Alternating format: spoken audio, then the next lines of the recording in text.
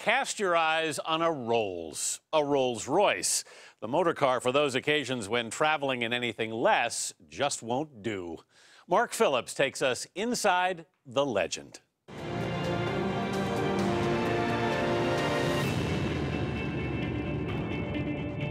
You'd think this would be enough. The spirit of ecstasy, the winged lady to you and me, long the symbol of the car that claims to be the essence of motoring elegance. But sometimes having everything means wanting more. More than the hand-chosen leather from at least 15 bulls that are used in the upholstery of each car. Apparently hides from cows have stretch marks. More than the painstakingly crafted and lacquered over and over again woodwork. It seems that nobody buys a Rolls-Royce off the rack anymore. For this kind of money, you want to stamp your own identity on it, in addition to that of Charles Rolls and Henry Royce.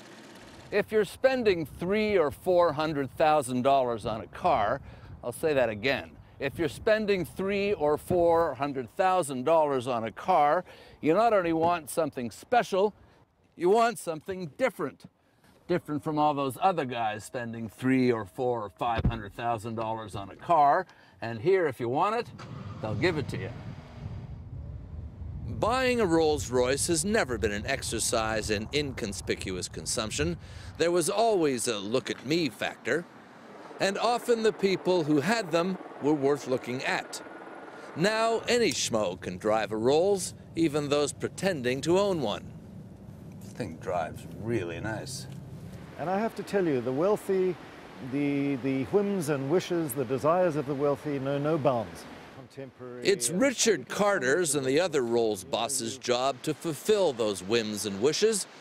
Bosses, by the way, get to wear their own suits on the assembly line. Visitors get to look like chemistry teachers.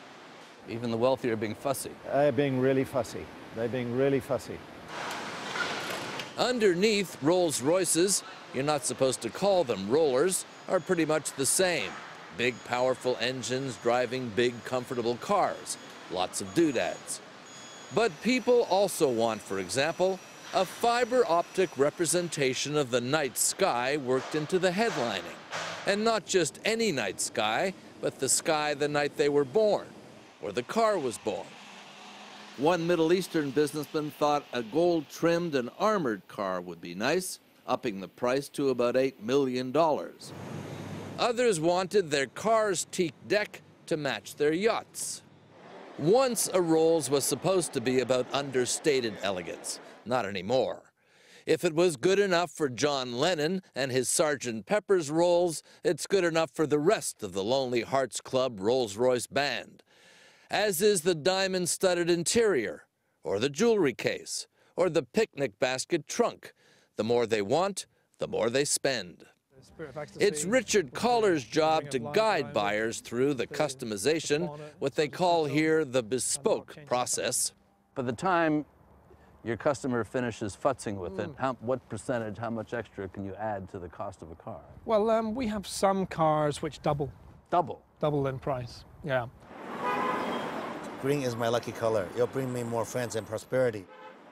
Mr. Chen Anger, a property gazillionaire in Shanghai, is very lucky. He's bought 3 Rolls-Royces. China is now Rolls' biggest market. By the time Mr. Chen was through with this one, it cost... I knew that question was coming. It's closer to like 1.8. That's $1.8 million. Here, they'll spend anything. And here, they'll make anything to keep the spirit of ecstasy flying.